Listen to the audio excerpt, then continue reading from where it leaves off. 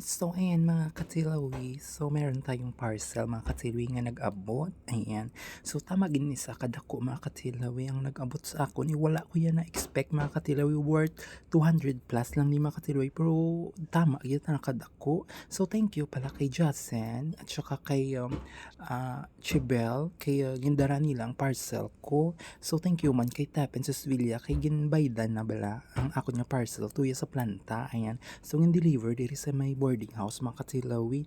And then, syempre, pag-deliver, syempre, ginagada naman ako mga katilawi nga mang halo-halo kuno kami dito sa may Pavia. So, ari mga katilawi, yun ang tawa ba lang ako niya parcel.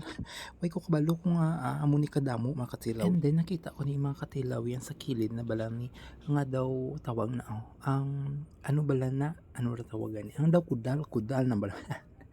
Ang kudal na makatiloy kung paano ni ibutang man way ko idea bala kay tama ta nakadamo siya kay walo gali siya kabilog ang katilawi ang gin-order ko pero wala ko ya kabalo kung paano para sa ano na yang kudal kay wala ko pinakita yang sa picture na gin-order ko lang dayon so syempre nag-voice over na ako ay ako kabalo kung paano no bra basta ang ako na ginhimo makatiloy yun tibsok ko lang ita na ang bawi tibsok ko lang ni bra kumpira ang buo na amo lang na idas ko pero ya sa tuod, galibog yang ulo kung paano ya na ibutang nga ano tanan yung mga sakilid ng mga damo ito na buho na kadya man.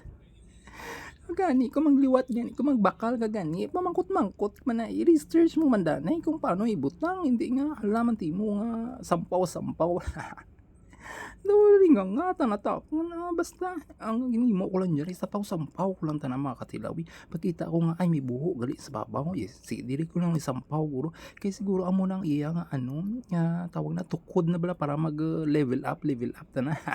Kay man mo baratangan ni mga katilawi sang sapatos pa tigin palagpatan ko lang paano ibutang para yun na ay nga supon-supon lang mga katilawi gali So pirigli kapos kung nabalaan ko lang tani dahil kina natapos na daya.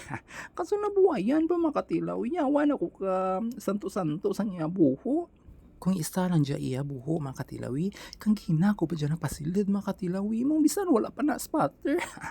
Kaso damo abi ang buho, nasuyawan ako kapasulod. Lantawa ba lang makatilaw? So walo na sa ka layer makatilawi kinabatangan ko na kasapatos kaya nakita ko man lang sa online ba kita mas sa kabarato makatilawi. So ko ibaklon ko ni bi try ko man kay syempre wala man ako tibatangan sa mga sapatos ko. Manang madamdamo sapatos ko mga 20 lang ba kaso walo lang ako ng bakal kay syempre wala ako pa kwarta.